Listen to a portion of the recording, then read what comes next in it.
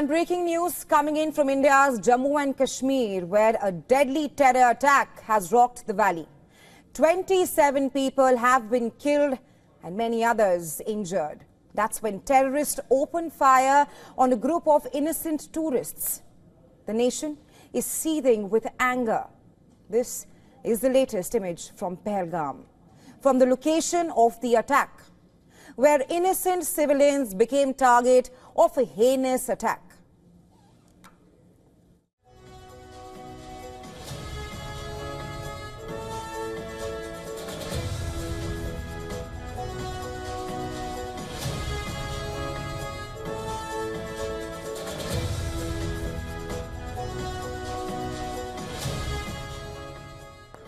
हम आ रहे हैं, आप टेंशन कोई बात नहीं, हम हैं हम आ रहे हैं, आप टेंशन मत लो मैडम, हम आ रहे हैं। मेरी खुदाया, कहाँ पे आपका बेटा, कहाँ पे है? कोई बात नहीं, हम इनके साथ हैं, ये प्रेसिडेंट है वही साहब, ये Terrorists opened fire at the Baisaran mountain top in Pahalgam in Jammu and Kashmir. बोले ना मुझे क्या बोलते भेलपुरी खाने से मेरा पति साइड में था, एक इंसान है, उसने उसको गोली मार दी। यहाँ पे उसने बोला कि शायद मुस्लिम नहीं है, उसने उसको गोली मार दी। Union Home Minister Amit Shah has arrived in Jammu and Kashmir to conduct a high-level meeting and take stock of the situation. Shah earlier held a high-level meeting in Delhi with top official. India's NIA has taken over the investigation as of now.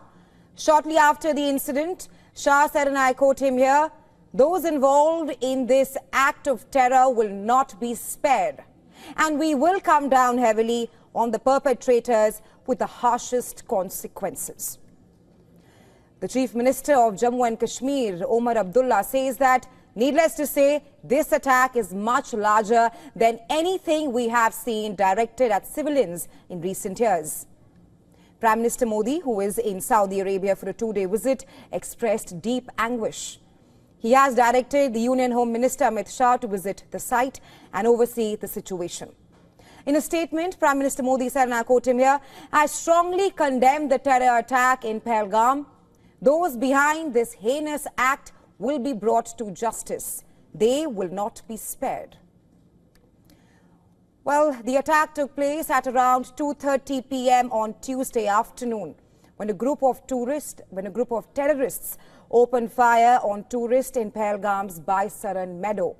Now, Pahalgam lies about 90 kilometers by road from the key city of Srinagar. Security forces cordoned off the area and additional security forces have been rushed to the area. Now, the Resistance Front, a local offshoot of the Pakistan-based terror group Lashkar-e-Toiba, has claimed responsibility for this attack. Jammu and Kashmir's Social Welfare Minister shared an update with WION on those injured in this attack. Take a listen. जो है वो GMC Anantnag में है, उनमें 3 stable हैं, एक जो है थोड़ा सीरियस है, एक को सोवरा शिफ्ट किया गया है, बाकी माइनर इंजरीज जिनकी थी उनको डिस्चार्ज किया गया है। और ये हादसा जो हुआ है इसको जितना कंडेम किया जाए, ये बदकिस्मती की बात है, दुख की बात है, ये हादसे नहीं होने चाहिए। शुक्रिया। An eyewitness said that unidentified gunmen opened fire on the tourists from close range. According to security forces, they were foreign terrorists involved in the attack. The visibly distraught and injured tourists were brought to a nearby hospital for treatment. Women and elderly were among the group of tourists attacked in Pahalgam. वो हमें ना बैठा था ने तो एक पहला firing आया, दूसरा आया, तीसरा आया, सब भाग गया, પછી फायरिंग बहुत हो गया, एक दरा दबा दबी हम भागने ये अड़ी गया। ऐसे लग रहा था कि बस अभी 1 मिनट के अंदर अगर नहीं पहुंचते तो हम भी अभी यहाँ पे नहीं होते थे। गेट के बिल्कुल लोग दौड़ रहे थे पीछे से, तो हम उनको देख के सीधा कूद गए और वहाँ पे जहाँ पे पानी या घोड़े चलते हैं ना, इतनी गैप भी थी, वहाँ पे हम कूद गए अपनी जान बचाने के लिए। This latest attack also comes ahead of the Amarnath Yatra. The Yatra, a major Hindu pilgrimage, is scheduled to begin on July 3rd. The registration for the Yatra has begun, and Kashmir has also been witnessing thriving tourism and normalcy. According to official figures, around 3.5 million tourists visited Kashmir in 2024. That's the figure just last year.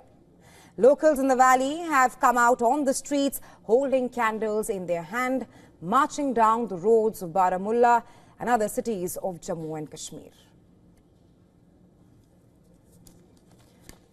And well, for more on this, our special correspondent Idris Loan is joining us from Jammu and Kashmir, joining us rather from Pahalgam and Jammu and Kashmir. And we're also being joined by our Assistant Editor for Foreign Affairs, Siddhant Sibal. Thank you for joining us on Gravitas, gentlemen. First, coming to you, Idris. It's an unfortunate and rather rare incident, clearly with helpless tourists being attacked. According to WION sources, 27 tourists have been killed. And Idris, this attack also comes during the ongoing tourism season in J&K. What's the latest that you can tell us at this point of time? Well, Raisha, we just got to know from our sources that there are 2 foreign tourists among these 27 people who've been killed at the Baisaran area of the Pahalgam. Their identity has not been revealed as of now, as the official account has not been made by either the Jammu and Kashmir government or the central government. But from our sources, we've got to know that there are 2 foreign tourists who were present at the Baisaran and who also got killed during the firing. On the other hand, now what we are seeing on the ground is more deployment being brought in. Every minute we are seeing vehicles passing in of security forces, whether it's Jammu Kashmir Police, Indian Army or paramilitary forces. There's a barricade that has been put in place here at the entry point of Pahalgam, where the media has been asked to basically stop. And beyond this point, nobody is being allowed to go, especially the tourists are not allowed to go beyond this point anymore. On the other hand, what we are hearing that what we also heard from the health minister of Jammu and Kashmir, she said 13 people were brought down. Basically, they were injured. Out of them, 1 has succumbed to his injuries, while as 4 of them are critical. The rest are being treated in the Anantnag district hospital. That means she was only talking about the people who were injured in the attack, who were brought in by the ambulances. The dead bodies that were lying at top of the Baisaran mountain, which is a meadow on top of the mountain, just around few kilometers from where we are standing right now. And that is the place where they're saying that the dead bodies were kept. So far, 27 people have been killed in this attack, and there's no official confirmation as of now, but we've seen pictures, visuals of the dead bodies in the Baisaran area. And now also it means that there were 40 people in total, 27 people who've died, plus 13 people who were injured, who were taken to the different hospitals across Pahalgam area. So overall, 40 people were basically targeted by the militants in the Baisaran area. We're also getting to know that it's a foreign militant group, and they consist of around 5 to 6 of them who had come down to Baisaran, which is basically a meadow where all the people go to enjoy. There's a ropeway there. There are other adventure spots that have been placed there.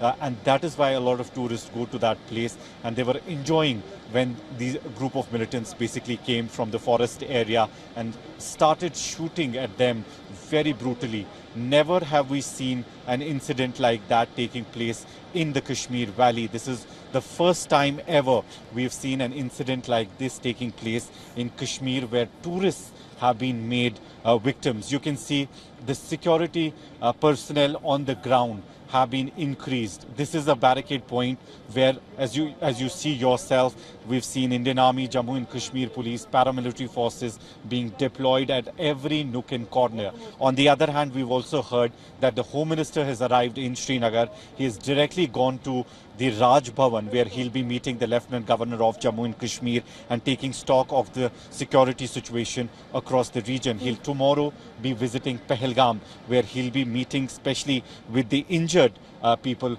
who are in 2 different hospitals. And we're also being told that the bodies of the victims have been airlifted from the Baisaran area already. Security on high alert across Jammu and Kashmir, and everyone condemning it. We are seeing candlelight visuals being done not only in Jammu but in Srinagar city as well.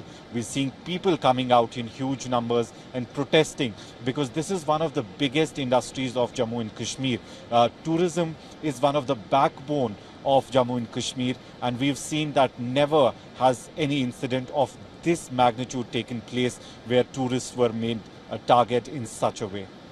Right, Idris, stay with us. I want to go across to my colleague Siddhant Sibal. For all those tuning in to Gravitas, at least 27 tourists have been killed, which also consists 2 foreign tourists. Siddhant, the point that Idris made there, that tourism is of course the backbone of Jammu and Kashmir, and it took years for tourism to boom in the valley, and here we are today with this heinous attack. Siddhant, the messaging is clear. After the tourist being attacked, the question being, how will the Indian government deal with this situation? How will India respond? Well, next few hours and next few days will be watched carefully, not just here in the Indian subcontinent, but globally, to see what will be the Indian reaction. There is a pall of gloom here in Delhi and, of course, a palpable anger across the country. We have seen the reactions coming from the top leadership. And, of course, as Idris pointed out, the Home Minister has landed in Srinagar. India will be weighing every option, including, of course, how to sensitize its diplomatic partners. WION covered the 2019 terror attack, the Pulwama terror attack as well, in which one of the first Indian reaction was to brief the diplomatic community, especially here in Delhi, and of course by the Indian missions globally about the terror attacks and who is responsible and giving out the evidences. So there is always the first line of reaction, that is the diplomatic reaction, and of course naming and shaming as to who are responsible. Right now we have seen just statements coming out of a strong reaction. We have seen the Prime Minister's comments, we have seen the Home Minister's comment, the Defence Minister and the External Affairs Minister's comments as well. So far we have seen reactions coming globally as well. The Singapore High Commissioner, the Argentinian Ambassador, the Israeli Ambassador and the Foreign Minister have also condemned the terror attack. In fact, the Israeli Foreign Minister is the first Foreign Minister to condemn the terror attack and term it clearly that it is a terror attack in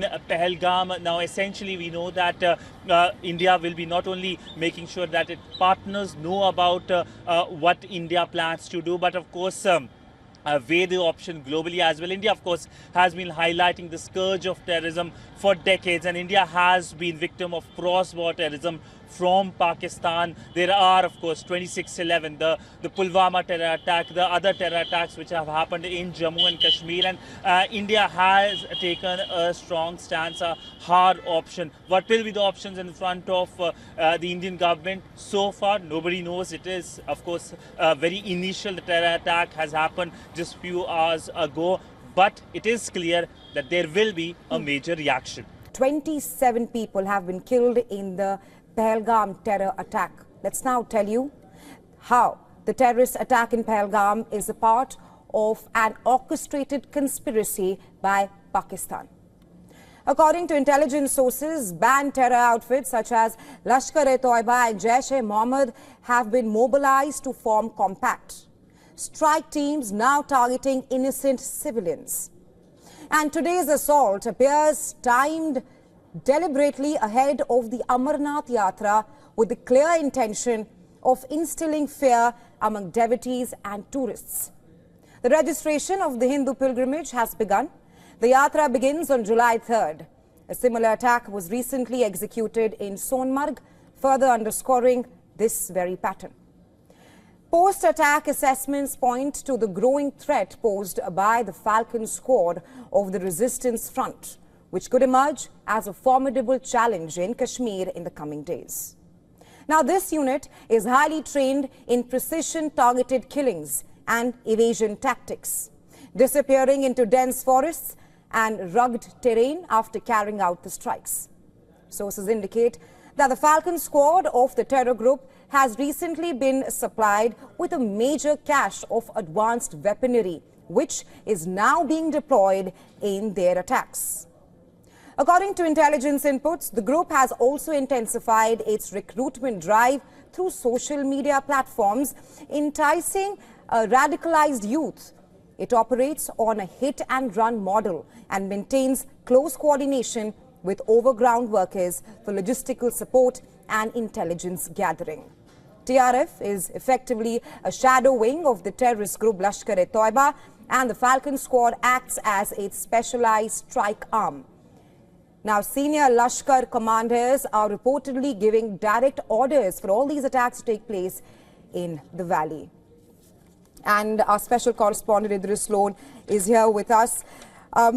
Idris, talk to us more about this attack and how Kashmir has been witnessing tourism, a thriving tourism, and how, after the normalcy of abrogation Article 370, talk to us about how this attack will perhaps impact normalcy in the valley.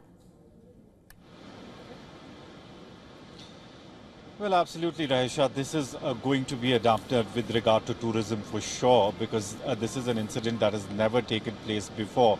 We've never seen tourists being attacked in such a manner, and to this level where 27 of them have actually been killed in a very brutal way. What we're seeing on the ground right now is that there is a lot of deployment that we saw now coming down from the Baisaran area. We're seeing a lot of security forces coming down and securing the parameters of Pahalgam. We're being told that some of the tourists have been actually taken away from Pahalgam today because they didn't want them to be in the line of fire, because there is a massive security cordon and search operation being taken in the Baisaran area, in the jungle areas. As you were talking out and pointing out, it's very important to mention this is the South Kashmir's mountain range, which connects it to the Rajouri-Poonch belt, which is also very close to the international border, where you see that the number of foreign militants in the last 6 to 7 months has increased by a huge number. And those militants have been carrying out attacks on security forces in those forest areas, and then also successfully managing to go back into those dense forests, and actually security forces trying to nab them for days and days. They seem to be very well-trained militants, a group of them which has infiltrated in the last 5 to 6 months. These are the militants who are basically doing rounds of the Himalayan range from the Rajouri-Poonch belt to this South Kashmir's Anantnag belt, which was one of the most peaceful areas if we talk about especially Pahalgam area. It has been extremely peaceful, but it also shows that this same group of militants, foreign militants who are active in the Rajouri-Poonch belt, have now infiltrated into South Kashmir as well. And this is a very rare, very different act that has taken place in Kashmir Valley today, where tourists directly, even after asking their names, getting them out and making them basically stand in lines and then shooting them, has to be one of the most brutal, unfortunate incidents that has taken place in the Kashmir Valley. We have seen condemnation pouring in from every nook and corner. We've seen people coming out in huge numbers protesting, and there are candlelight vigils being done in Srinagar, in Jammu. Jammu is called for a bandh tomorrow, as well as in Kashmir. Some of the tourist groups have also come forward and condemned the attack. Tourism remains one of the backbones of Jammu and Kashmir. We've seen the winter had an extremely brilliant tourism season. Then the spring season came, which was just weeks ago. We saw that around 6 lakh people visited the Tulip Garden in Srinagar, and that it seems has not gone well with some of the agencies, and who really don't want to see peace in Jammu and Kashmir. I would, Raisha, ask my cameraman to pan and show. As you can see in the visuals, these are security vehicles coming down from Baisaran area now. We've seen a huge number of these vehicles coming down. It seems that all the tourists injured, dead bodies have finally been evacuated, have finally been brought down by security forces. But the search operation still continues all around Pahalgam, not only in the Baisaran, to look for these attackers who carried out this brutal act. Right, Idris, thanks very much for getting us those on-ground details. For all those watching Gravitas tonight, in an unfortunate and rare incident in Jammu and Kashmir's Pahalgam, at least 27 tourists have been killed. This also includes 2 foreign tourists and several have been injured.